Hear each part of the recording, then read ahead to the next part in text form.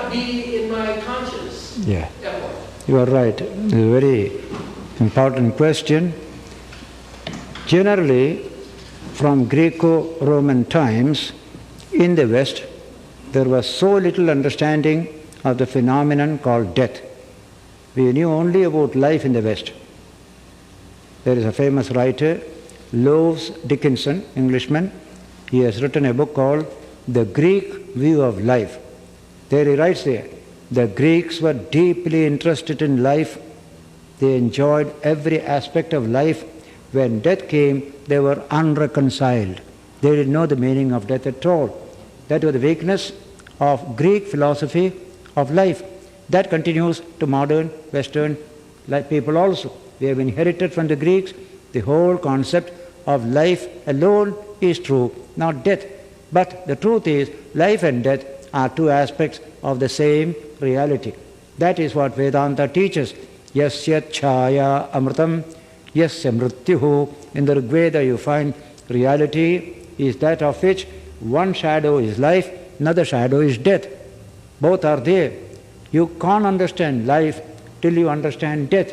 See the philosophy. No philosophy can be deep without understanding nature of death. So in Greek philosophy, this experience was not there. Not entirely correct. One person in Greek philosophy knew the meaning of death. That was Socrates. He knew the meaning of death exactly as the Indian sages. So when you study Plato's dialogues, you find one episode narrated by Plato. Socrates is to face death. He is to drink poison. Everybody is weeping. Women were weeping. He told them, I want to die in peace. You please go outside and weep. So women went. The men also started weeping, young students. They also started. He chided them. I send the ladies away thinking I can die in peace. But you boys also are weeping. Then they became quiet. Then a conversation ensued. This man who is going to die is the most peaceful man in that room. Something very interesting. Then one disciple asked Socrates a question. Now this whole episode, we can treat it as a chapter in any Upanishad. But in Greek literature, it has no place. They can't understand this subject. One disciple called Crito, he was a friend of Socrates. He asked Socrates a question. Socrates, how shall we bury you? He is not yet dead, he is still alive. But he is asking this prospective question. How shall we bury you? Socrates smiled at that question. Then he said, be of good cheer, Crito. You asked this question about this body. As to the body, do with it as you do with other people. But if you want to bury me, you must catch me, the real me, that you cannot catch. See, like this is Upanishad. The real me you cannot catch. It has no death. It is ever there. The Atman is ever there. No weapons can cut, no fire can burn, no air can dry. The Gita described the nature of the Atman. Now this truth is taught in India from very ancient times. We are not the body, we are the Atman. We have a body as an external covering. So death means removal of that covering. A pillowcase is removed, pillow remains, as we put it like that. So Socrates understood this truth. So he faced death with a courage which we have never seen in Greek history. This is one lesson we must learn. Today when we study Vedanta, if we are really understanding the truth, then you will say, yes, life means death. What else is life except racing against death? But death is finally what wins. That's the truth about it. It is better that we know. And so we face death with courage. Yes, it has to come. Not that we are going to commit suicide. Life will continue. We will correct ourselves. If there is sickness, we will take a doctor and have medicine. Now Shankaracharya or Ramakrishna, they allowed themselves to be treated when they were sick. Therefore there is no question of a pathological condition, I want to die. There is no such thing. We will have life in this body, but one day it will end. And we know that we are eternal. There is no death for the soul.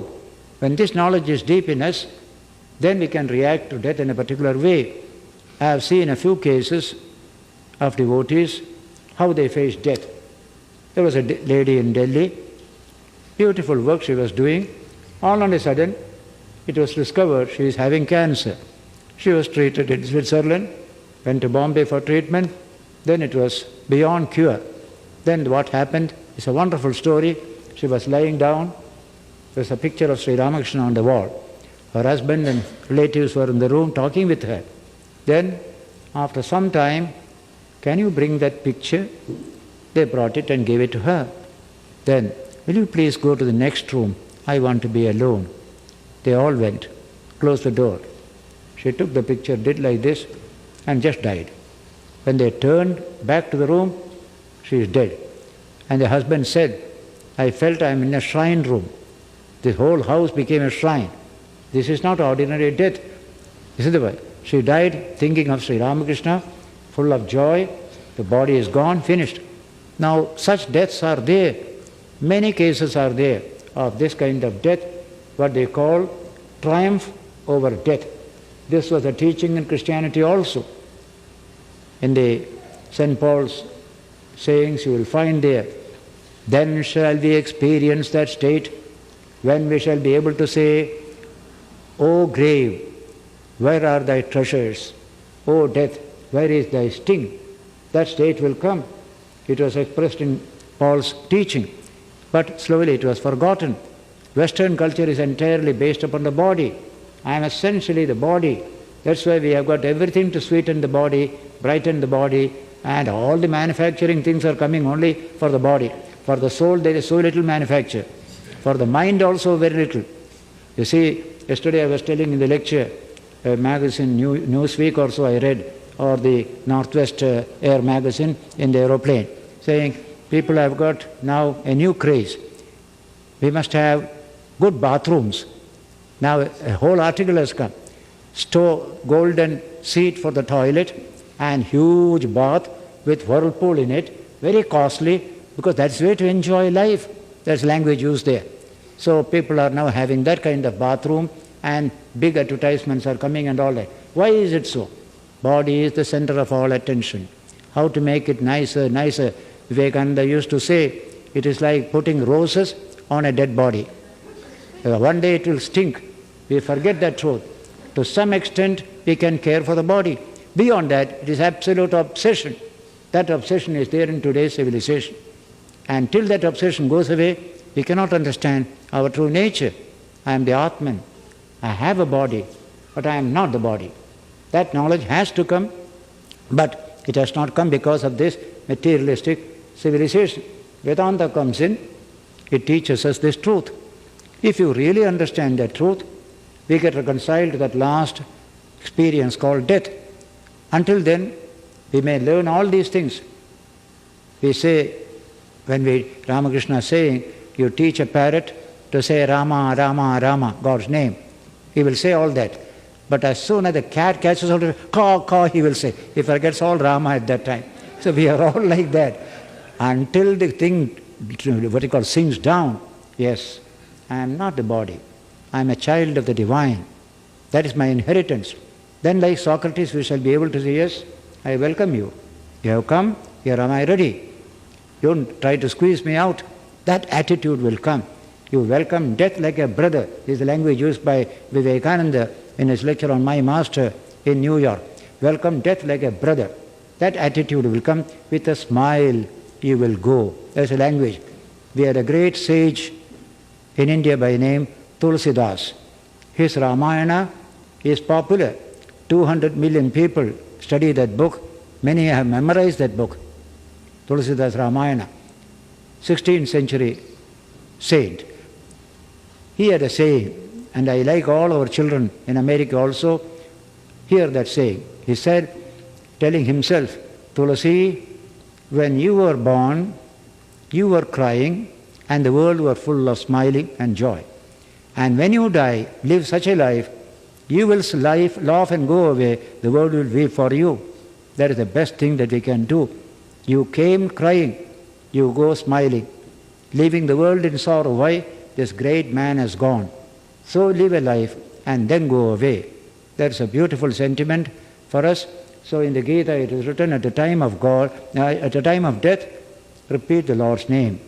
People sing bhajan whenever people die. That's what we do, just to keep that God consciousness alive, so that the mind is peaceful. Mind, we leave the body in a peaceful state of mind and a sense of joy. But that means attachment to the world must become less and less.